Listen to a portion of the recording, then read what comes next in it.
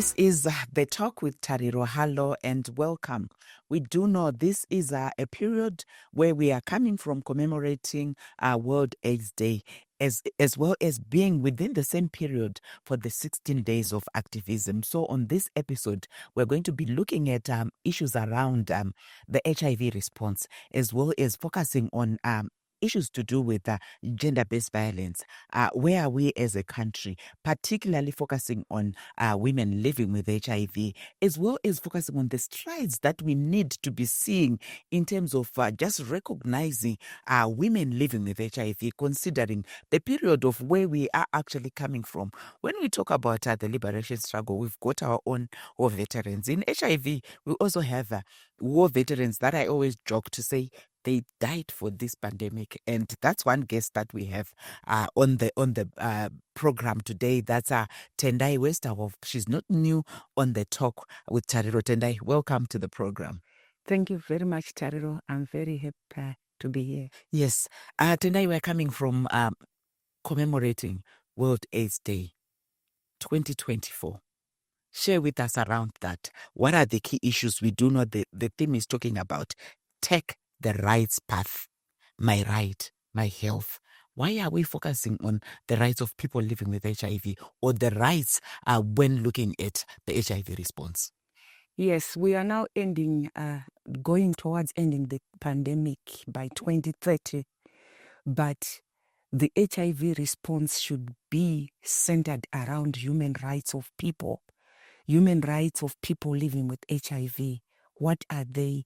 Issues of treatment to access to treatment of HIV, issues of access to HIV services and all the other co-infections that can be caused by the disease, and also issues of human rights towards decriminalizing HIV and AIDS. As you know, people living with HIV are diverse, and we still have others who are also living with HIV who are also diverse.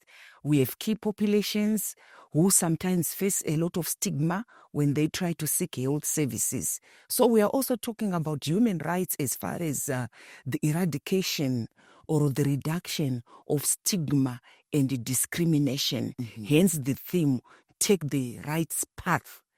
My right, my health. It is a human right. And Tendai, I would want to touch on the issue of the decriminalization that you spoke about. Oftentimes, people talk about it's actually your right, even as an individual, to protect yourself. So why would we want to criminalize HIV? When, as an individual, if you're going to indulge with somebody who's HIV positive, didn't you also practice your own right to actually protect yourself from infection? Yes, everyone should be given that information to empower them to protect themselves from HIV infection. I think you know that in Zimbabwe, we have had programs from community level, various partners, Ministry of Health and Child Care, the National AIDS Council leading, whereby these programs are there and they've been disseminated to almost every community. They know that HIV exists, HIV is there, but we still have sections that are criminalized. But I'm happy to say, as a country, we have been moving in the very right direction, to decriminalize HIV and AIDS. As you know, was it last year when the Minister of Justice, Comrade Ziyambi, announced that there is no more criminalization of HIV and AIDS. But when we delve into that issue now, we now look at the constitution of the country. Certain sections of the constitution, they are not really in tandem with each other. One time we are saying we are decriminalizing, but another section of the constitution, it's like it's also promoting criminalization. So there's need to harmonize these policies or these statutes in the constitution, so that everyone has a right to seek HIV and AIDS services, irrespective of your gender, your sex, your creed, your religion, or color. Let's look at the total person. When I move into a healthcare center and attend to my needs, my healthcare needs that I need, particularly the sexual and reproductive health rights and sexual and and reproductive health services. Today, when we're looking at 2024, we know we are in December now, end of the year. In terms of the HIV response, our interventions, what have been our successes as a country, especially for you as women living with HIV? Yes, I will not speak on behalf of the country. Maybe I'm not qualified to do that. But I would like to say that in Zimbabwe, we are having a lot of successes. We are seen as a model across the region in Africa and internationally. Our programs have been very effective on the ground to ensure that we have programs that are targeting young people. You know, we have the dreams, the brother to brother, the sister to sister, of which us as community-based organizations, we are also fitting our project, our strategies in that national strategy to ensure that we are targeting those people. And some missing targets as well of certain people that are not accessing HIV services. For instance, children born from HIV positive mothers or children born with HIV. Some of them, we are missing them out because we don't see them going back to the healthcare facilities so that they can also be enrolled on a HIV treatment. So as a country, we have done a lot. We have workplace policies, the private sector. We do have very good examples of private sector that I sometimes read about in the press, who have very strong HIV and AIDS workplace policies. So all those gains, they are collective gains because of the multi-sectoral approach, especially with this one coordination, one implementation, and one monitoring and evaluation strategy. This which is called the 3 1s, and we also fit into that as a community-based organization. Then looking at women living with HIV in particular, because that's where I'm coming from. By the way, I'm the national director of the Pan-African Positive Women's Coalition. We are also doing a lot to empower women living with HIV. And we do have women who have lived with HIV, some over 25 years, some over 32 years, since the first case of the pandemic was discovered in Zimbabwe around 1985, 1986. We do have women who look very strong, like I am. I'm 23 years living with HIV, but we have other champions who are there. And these, we call them heroes and legends because they've survived the test of time. They've seen the stigma to HIV and AIDS. They disclosed, they accepted their status, and they took a giant step to help communities. They are not even ashamed to be known that they are living with HIV, and they've made sure that they get involved at various levels from community level in the national HIV and AIDS response. Some are mobilizers for HIV testing campaigns. Some are doing work, for instance, to end the HIV and TB in children. Some are community advocates who encourage people, to get tested for HIV, who encourage people to health-seeking behavior in this day of HIV, because we are saying that HIV and AIDS, it's everyone's responsibility. A lot has been done. A lot of investment has been done. But when we talk about ending the pandemic by 2030, everyone now has to do something. Let's not wait for those who are in the secular HIV, doing HIV and AIDS work. But we are saying even from family level, at community level, the religious leaders and cultural leaders, the private sector, everyone, we all have a role to play. And women living with HIV are seen in all those spaces, making their meaningful contribution. Yeah, indeed, we are saying a lot has been done, like what you're saying. After the break, we'll continue with our discussion where we're looking at, after achieving all these successes, aren't we also in a way regressing? And I'll elaborate in terms of why I'm saying, aren't we regressing? Join us after this short break.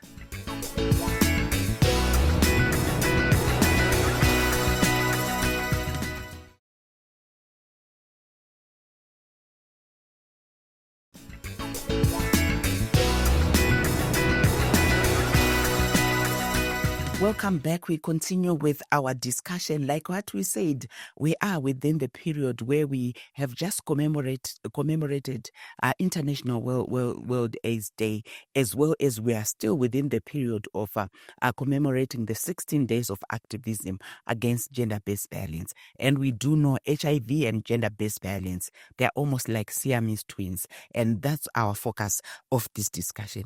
Today, before we went for the break, I was saying to you, you spoke about the huge successes, the huge milestones that we have achieved as a country. But in a way, aren't we regressing? Because within this period where we are, now when you're walking around, you can't see anyone to physically see this person has got HIV like it used to be. We've got treatment readily available. Now when we're talking about protection, particularly condom use amongst us as a nation, people are now talking about AIDS ayiurayi, HIV haityise, kusiri kufa ndekupi, because of the successes that we have made. Won't that in a way take us back? Yes, I think it's just about the messaging of our messages when we send them out there. You know, we don't want distorted messages. That's we at Park Week, we're talking about something. Maybe someone from another AIDS service provider is talking about something. It's all about the messaging. HIV still exists amongst us. And let's also think about the adolescent girls and young people and young women of childbearing age. Those are the most at risk right now of contracting HIV. And there are various predisposing factors that is causing that. And it is that way we should also target our interventions to ensure that young people do not succumb to HIV, but they are given an opportunity to grow and to realize their dreams and goals in life. So if we also don't end things like child marriages, we do have religious and cultural practices that are still negative, whereby there is promotion of child marriages. I would not even want to call it child marriages. I would like to say child rape. Because if you are below 16, you are a child. We cannot call it a marriage. Our constitution does not recognize it as a marriage. And we are seeing that those children who are being raped in the child marriage scenario are also being exposed to HIV and AIDS, because sometimes you discover that it is these elderly men, some who are even our husbands, our fathers of our children, who are going after these young girls who have not yet reached the legal age of majority and turning them into young brides and wives. Yes, that can cause regression. So there is really need to continue strengthening those interventions, targeting religious and cultural practices that are harmful, that make these adolescent girls and young women succumb to HIV at an early age. And also there's also need to ensure that we have youth-friendly services. I know we do have some organizations, for instance, Jandiri, I can single it out because we work with them. We have youth-friendly services for adolescent girls and these young people, whereby they meet, they talk, they discuss, and there's a lot of peer education in there. It is a problem right now, and we have emerging issues of abuse of drugs and substances, which is also escalating sometimes HIV infections. It's a known factor that if one is intoxicated, it affects your judgment. You end up indulging into unprotected sex with somebody whom his status you don't know, or even your status we don't know. And we are seeing that this substance and drug abuse is really being blamed mostly on young people. But at the end of the day, we are not looking at the root problem to say, who are these drug suppliers? And you discover that sometimes it is these big people, some who are driving very nice cars. They are supplying these drugs, and our young people end up succumbing to HIV, which can be retrogressive to the gains that we have made as a country. But at the same time, Tendai, looking at all those are issues that we often talk about. But generally now, there is almost a level of complacency in terms of just HIV. People are now thinking, HIV akusisina, iyayenda. So you find that messaging that way we used to have, where we were telling people, when you are indulging in any sexual encounter, protect yourself. In normal relationships, boyfriend, girlfriend, or you're starting to date, now all that is almost like gone. People are just indulging, no protection whatsoever. How do we address that? Yes, we just need to keep talking about it. HIV still exists amongst us. If you look at the population, the statistics of HIV, I know right now we have, I think, 1.1 million people living with HIV who are on treatment. And our statistics, they're around 9% now. You know, they are one digit. So, which means that we still have people living with HIV amongst us. And that are the population who are living with it, but not known, whom we call super spreaders of HIV. So for anyone now to be in denial and at this age and day, it becomes a concern. HIV is not over. There is no need for us to be complacent.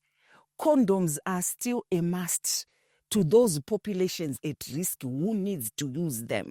They need to be also readily available. We need strengthened condom programming. We need everything, even that information, that used to go out there. Remember, in the early 2000s, some of us would come out on TV with this program by Population Solutions for Health, whereby we would see people like Reverend Maxwell Kapachao saying, inini ndiri pastor, ndiri kurarama ne HIV. But over the years, those programs have disappeared. We want them back. This is just the time to bring those back, to write the AIDS story. To say if Tendai has survived 23 years with it, what is it that has made it survive? Has somebody else come to ask me, and the many more who have lived with it for 30 years, and so to say, what is that secret that keeps us healthy and whatever? That is the niche of how we should do our programming. So I would want to come back to you and say, we've got Tendai who is healthy. Everybody is now very healthy. And we're talking about the fact that HIV undetectable. You even hear some people talking about all those, whether they're myths, they're misconceptions, haichaonekwa HIV. So kusaonekwa ikoko manje. Hapasisina ari kutya. Hatisiri kutobo. Takutya zvimwe zvirwere. Takutocha blood pressure, takutocha diabetes, HIV haichatyise. Takungoiti yavapo. So after the break, I would want you to continue with that. Okay. And then we'll go on to how are we then celebrating women who have made strides in the HIV response. We will continue with our discussion.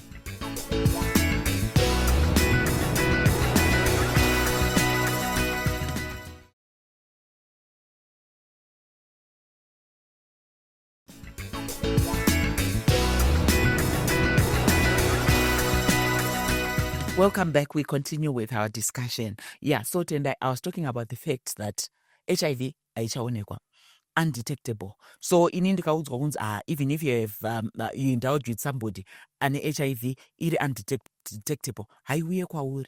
So zvese izvozvo zvakuita kuti vanhu vangova that complacence and hapasina kakutombotya. And now sometimes I even ask myself, are people still going kunotestwa? Because my message iwai akusisina tichatomboencourage tatoita kunge tasvikangana. Anyway, what I would like to say is that HIV still exists, it's there amongst us, and we still get people who are still getting infected with HIV right now. So whether one is a U equals to you, it's neither here nor there. It doesn't mean that if I have a U equals to you, everyone else to you undetectable, untransmissible. Ndagara nayo, ndanga ndichimwa mishonga, ndakuona kuti utano hwangu hwasimba, ndikanotestwa, ndikanoitwa CD4 inonzi viral load test yakuonekwa kuti haisisiri undetectable, zviya zvokuti handisisiri mudenja yekuti ndichapa mumwe utachiona hweHIV.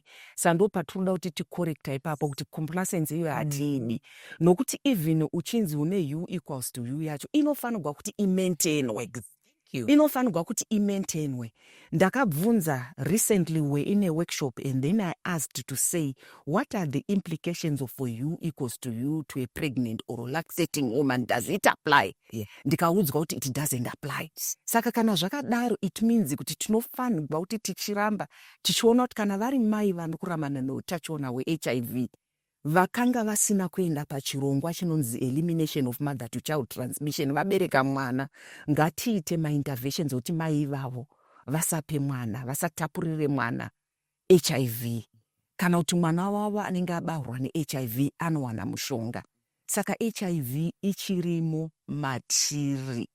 Saka hatifani kuti tikurudzire zvinhu zvinoita kuti zvinhu zvese zvatakaita makore esaya zvizoraswa mubhini. You know, HIV ichiriko, vanhu endai munotestwa, mayoung couples vari kuroorwa mumafamilies, kumachechi, ngatikurudzirane kuti vanhu ngavanotestwa uye tichipanana information yeHIV iyoyi. Hazviriwo kuti kungoudza munhu kuti enda unotesta, aiwa ngatipanana information yokuti HIV how is it transmitted, inonzi chii, kuti kare taisimboita. I know kuti when before Baba Guti died, I'm one of those person who had the privilege, mazuva andaenda kuti Sayoja ndaibvumidzwa kumira pamberi pechechi ndichita yainzi seminat. Before the main sermon, vanhu vekuzayoja vanozviziva, ndaipuwa 5 minutes dzokumira muchechi ndichitaura nyaya dzeHIV and AIDS. And that was very effective. Baba Guti allowed me to do that. And we saw a lot of acceptance nokuona chechi ichienda mberi kurwisana noutano hwevirus nokuti huri physical, vachipawo kuti spiritual support. Saka ngatirege kunyeperana. HIV ichiripo, tiri kufara kuti tasimba, mishonga yavako, kasi tiri kuda kuti iyi Z generation yakuya iyi vasatomboibatira zvachose. Saka ngatirambe tichipanana ruzivo nokuita maprograms akasimba anokodzera nokutageta ivo vanhuvo vatanga tichifungidzira kuti havabati HIV. Nokungotiwo kana munhu ukaenda mukirinika kana muchipatara uchida maservices acho, taurwa newe nevanhu vanokubatsira vakasununguka kuti vanyatsokododzora zvinhu zvaunenge uchida kuti ubetserwe nazvo mara noutano. Okay. So now let's talk about how, as Pap Week, you are celebrating our living heroes who have made great strides living with HIV. Yes, it's still, we are still in a commemoration mood of World AIDS Day. And this coming Monday, we'll be hosting the legends and the heroines among women living with HIV. We'll be giving them award for the various contributions that they've made in various communities across Zimbabwe. We put out a call and we did not choose to say it has to be anyone. We just said even a man could nominate a woman whom they know is living openly with HIV and doing something in the community. So this year we'll be giving awards to 26 women that were selected. This is a program we started last year. We gave 20 international awards to women. We took them to Victoria Falls, and we gave 72 women with the same awards in Sanyati district and mainly from Mashonal and West Province. So this year, some partners have come on board. I would like to mention partners like Populations. So let's not mention. All right. Okay. Some partners have come on board, and we will be celebrating these women. And I'm glad to say the event will be in Harare. It's an evening event where we have said to the women, it's your day. The partners are saying, thank you for the work you are doing. It's important that we celebrate and recognize these women. I have realized that when awards are given, especially here in Zimbabwe, they are focusing on socialites, they are focusing on business, they are focusing on celebrities, they are focusing on musicians. But nobody is really taking the community work of HIV and AIDS, that component, these women working in the community, no one is really recognizing them. So I just felt that sometimes it's just nothing for us without us. Let's start our own awards and recognize ourselves, since we are not fitting in those bigger spaces. You know, that's how we came about with these awards. And we have also taken a leaf from other regions, other networks of women living with HIV elsewhere. They have these awards every month, and they are fully supported even by the private sector. They come on board, and I'm happy to say even this year we now have the private sector on board. And our implementing partners, aid service providers, they are all there, including the media. They are all there. We are working collectively, and we'll be celebrating the women. And I think the Minister of Health and Childcare, we expect that he will be our guest of honor. Okay. Yes. And Tendai, we are now 6 years to 2030, and we are talking about ending AIDS by 2030. Looking at where we are, looking at what's prevailing, is that going to be a reality? It might be a reality, but one thing that we need to talk about is the issue of sustainability of programs. Donors are pulling out. Yes. And since the AIDS pandemic started, 80% of our funding it's external. Whilst we do have our National AIDS Trust Fund, the health budget, which is there, it's not enough. We need to mobilize to sustain the gains that we have done as a country. And this last mile that we are going to, we need to mobilize internally resources to fight pandemics in Zimbabwe. And if that is done, then surely we should be able to end the pandemic by 2030. And also there are other issues that come into play, like, for instance, issues of inequalities on access to treatment, inequalities between men and women, gender, etc., and the decriminalization that we're talking about at the beginning of this show. So we need to address all those issues for us to end HIV and AIDS by 2030. But as an activist, I'm optimistic that everyone who needs services should have access to those services. Let's address the inequalities that persist. Let's deal with issues of gender-based violence that make people succumb to HIV and AIDS, especially women and those vulnerable groups, people with disabilities. Let's put all those things together to ensure that our programs focus to this targeted population in the spirit of leaving no one behind. Then it's a sure case that we can end HIV by 2030. And let me hasten to say that whilst we can end HIV by 2030, that does not mean that we will not have people living with HIV after 2030. Once you test positive today, it's for life. Like me, I will still have my HIV in 2030 and no beyond, AIDS. But no AIDS. We are saying that if all services, if everyone have access to treatment, people are tested, people, they know their status, we should not see somebody developing into AIDS. It will be a forgone thing. That's what we mean when we say ending AIDS by 2030. Indeed, let's make ending AIDS by 2030 a reality. And let's remember this year's International World AIDS Day theme we're running with, Take the Right Path, My Right, My Health. Your health is in your hands. Until next week, it's goodbye.